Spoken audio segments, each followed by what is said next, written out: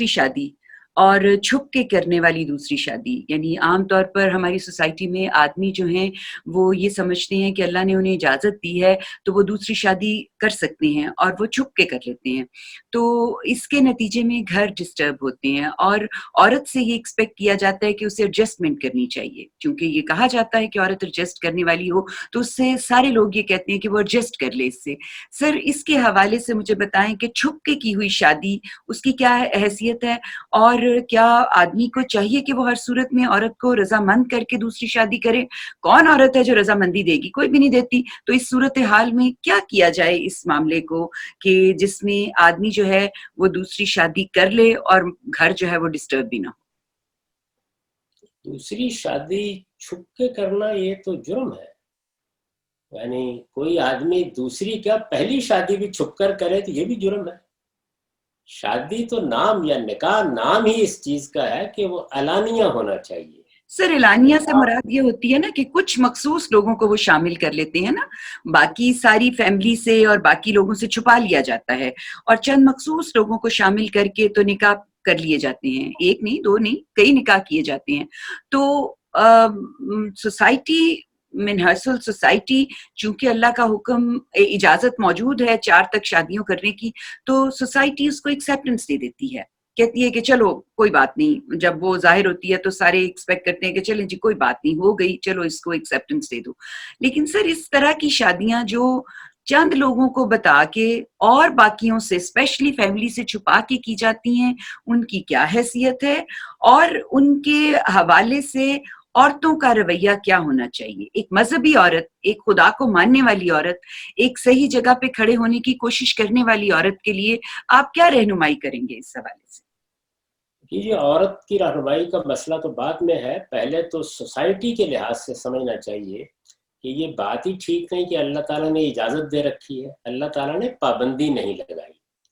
हमारे माशरे में आप कोई कानून बनाएंगे, कोई ज़ाब्ता बनाएंगे, कोई रिवाज कायम करेंगे, तो वो अगर कोई पाबंदी आयद करता है तो ये इस्लाम के खिलाफ नहीं है।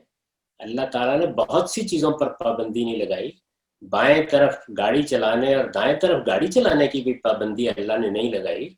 इजाज़त दे रखी है जिधर चाहे गाड़ी चला लें, लेकिन हमने अपने माशरे के अंदर पैदा होने वाली तब्दीलियों का लिहाज करके ट्रैफिक के बहुत से कवानीन बनाए हैं। तो अल्लाह ताला ने पाबंदी नहीं लगाई थी ताकि लोगों के लिए कोई मुश्किल न पैदा हो जाए, क्योंकि अल्लाह की लगाई हुई पाबंदी तो फिर क़यामत तक के लिए लग जाती। तो पहली चीज़ तो ये है कि हमारे माशरे को इसमें किरदार अदा करना चाहिए। मैंने देखा है कि मुख्तलिफ मुसलमान मुल्कों में बहुत से कवानीन इस चीज़ को मलहूज रख के बनाए गए हैं। मलेशिया में बनाए गए हैं, मिस्र में बनाए गए हैं, हमारे यहाँ भी एक कानून मौजूद है। तो कानून की लोग आमतौर पे पाबंदी नहीं करते, वरना तो इसका पाबंद कर दिया गया है कानूनी तौर पर कि आप पहली बीवी से इजाज़त लेंगे इस मामले में और कायल करेंगे। बल्कि सिर्फ इतना ही नहीं है, आपको इस इजाज़तनामे के साथ कानून के पास जाना है। वो भी ये देखेगा कि आप जो कुछ करने जा रहे हैं वो आपके लिए मौजू है या नहीं। तो ये कानून की भी खिलाफ वर्जी होती है, ये शरीयत की भी खिलाफ वर्जी होती है। चंद लोगों को बुला के निकाह नहीं होता। अलानिया का मतलब ये होता है कि सोसाइटी को, आपके गिरदो पेश के पूरे माहौल को मालूम हो जाए कि आपने शादी या निकाह का फैसला किया है। एक बात। दूसरे ये कि हमारे यहाँ जब शादी की जाती है, निकाह होता है, मेरा हो आपका हो, उस मौके के ऊपर एक गैर तहरीरी अंडरस्टैंडिंग ये होती है कि हम शादी नहीं करेंगे दूसरी। ये हमारे यहाँ की अंडरस्टैंडिंग है। तो जो आदमी ऐसा करता है वो इस अंडरस्टैंडिंग या इस खामोश मुआहदे की भी खिलाफ वर्जी करता है।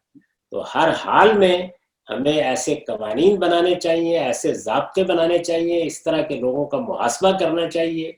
वो बाज़ औक़ात बड़े जुल्म का इर्तिकाब कर डालते हैं। जी सर, असल में फैमिली होता ही डिस्टर्ब हो जाती हैं, बच्चे डिस्टर्ब हो जाती हैं, घर सारा तलपट हो जाता है और इसके नतीजे बड़े खतरनाक निकलते हैं, बच्चे रिएक्शनरी हो जाते हैं, तो इस पे कानून साज़ी होनी चाहिए।